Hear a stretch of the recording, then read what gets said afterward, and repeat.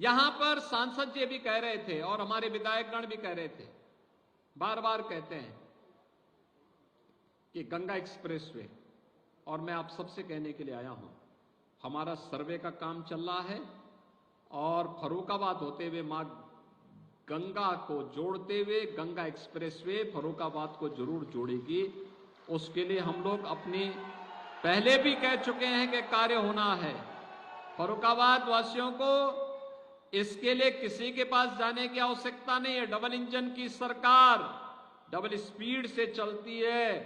जनप्रतिनिधिगण आपकी मेहनत करते हैं, प्रयास करते हैं और योजनाओं को आपकी जमीनी धरातल पर लेकर के आएंगे। 100 किलोमीटर का हम सर्वे का कार्य पूरा कर चुके हैं।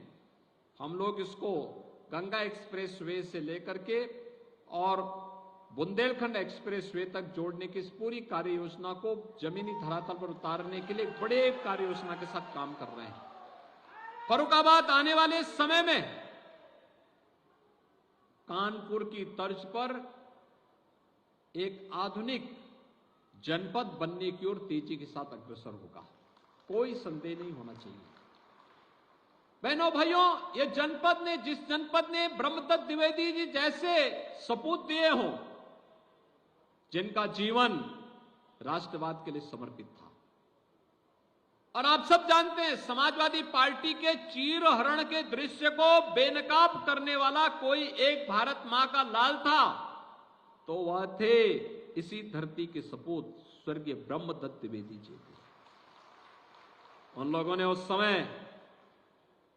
समाजवादी पार्टी के उन षड्यंत्रों को पूरी तरह दूर करते हुए एक आह्वान किया था, राजनीति का शुद्धिकरण होना चाहिए, अपराधीकरण समाप्त होना चाहिए।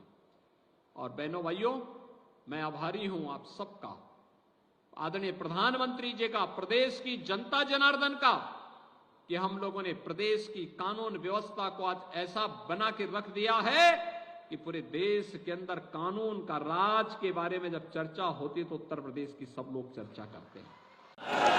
ये बांटने वाले और काट छांट करने वाले लोगों पे विश्वास तो नहीं करेंगे ना।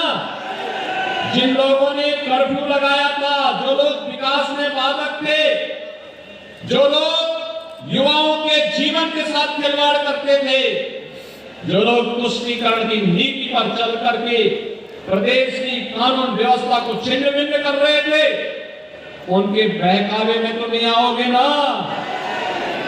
याद रहेगा ना कि फिर एक बार मोदी सरकार, सभी लोग सहमत हैं। तो बहनों और भाइयों, मैं भी आपको इस बात के लिए आश्वस्त करने के लिए आया हूं, ये 288 करोड़ तो होली का उपहार है और गंगा एक्सप्रेसवे का शिलान्यास करने के लिए फिर हम लोग यहीं पे आएंगे। सभी लोग सहमत है ना? तो फिर सब मेरे साथ बोलेंगे, भारत माता की, भारत माता की, भारत माता की जय श्री राम, जय श्री राम। बहुत बहुत धन्यवाद माननीय आपके प्रेरणादायी उद्बोधन के लिए।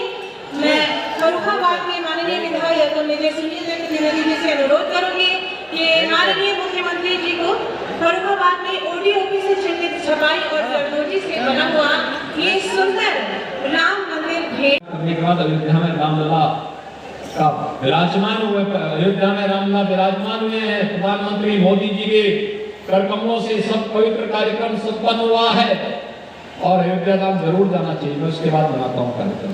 और आज भाइयों बहनों, आज एक सप्ताह के अंदर ही मैं आपके पास आया हूँ। मुझे बहुत अच्छा लगा कि फर्रुखाबाद के लोग यहाँ के जनप्रतिनिधियों के साथ अयोध्या धाम का दर्शन करके आ गए। आपने नई अयोध्या देखी होगी, यही अंतर है। जब गलत लोग सत्ता में आते हैं, राम भक्तों पर गोली चलाते हैं, और जब सही सरकार आती है, अच्छी सरकार आती है, संवेदनशील सरकार आती है, राम भक्तों को सिर माथे पर बिठा करके भगवान राम का दर्शन कराने के लिए लेकर के जाते हैं। आज अयोध्या में आपने देखा होगा कितना भव्य मंदिर बन रहा है। रामलला का विराजमान क्या दिव्य और भव्य मूर्ति है। अयोध्या आधुनिक अयोध्या के रूप में विराजमान हो चुकी है। ये सभी कार्य इसलिए हुए हैं क्योंकि आपने सही फैसला किया। एक फैसला अयोध्या में राम मंदिर की समस्या का समाधान कर दिया। एक वोट गंगा एक्सप्रेसवे को आपके फर्रुखाबाद तक लाने की तैयारी कर रही है। एक वोट आपको सुरक्षा का आश्वासन दे रही है। एक वोट आपको रोजगार की गारंटी दे रही है। एक वोट आपके भविष्य को उज्जवल बनाने के लिए आपको एक सुनहरा अवसर प्रदान कर रही है। और उसी आश्वासन के साथ आज हम सब आपके बीच यहाँ पर आए हैं। ये जितना माहौल बदला है बहनों और भाइयों, यह इसलिए क्योंकि प्रधानमंत्री मोदी जी का मार्गदर्शन और नेतृत्व देश को है। हमने एक बदलते हुए भारत को देखा है। हमने 2014 के पहले के उस भारत को भी देखा है जहां दुनिया में सम्मान नहीं था, देश में अविश्वास था, योजनाओं का लाभ लोगों को चेहरा देख करके दिया जाता था, पर्व और त्योहारों के पहले कर्फ्यू लग जाता था, अविश्वास का वातावरण था, हर एक स्तर पर भ्रष्टाचार व्याप्त था, गरीब को योजना का लाभ नहीं मिलता था और विकास की योजनाएं कोसों दूर थी। आज तो ऐसा नहीं है। आज तो आपकी आस्था का सम्मान भी हो रहा है और नौजवान के आजीविका की व्यवस्था भी हो रही है। विकास के बड़े बड़े कार्य भी आ रहे हैं और विरासत का सम्मान भी हो रहा है। आज तो सुरक्षा का बेहतर वातावरण भी बन रहा है और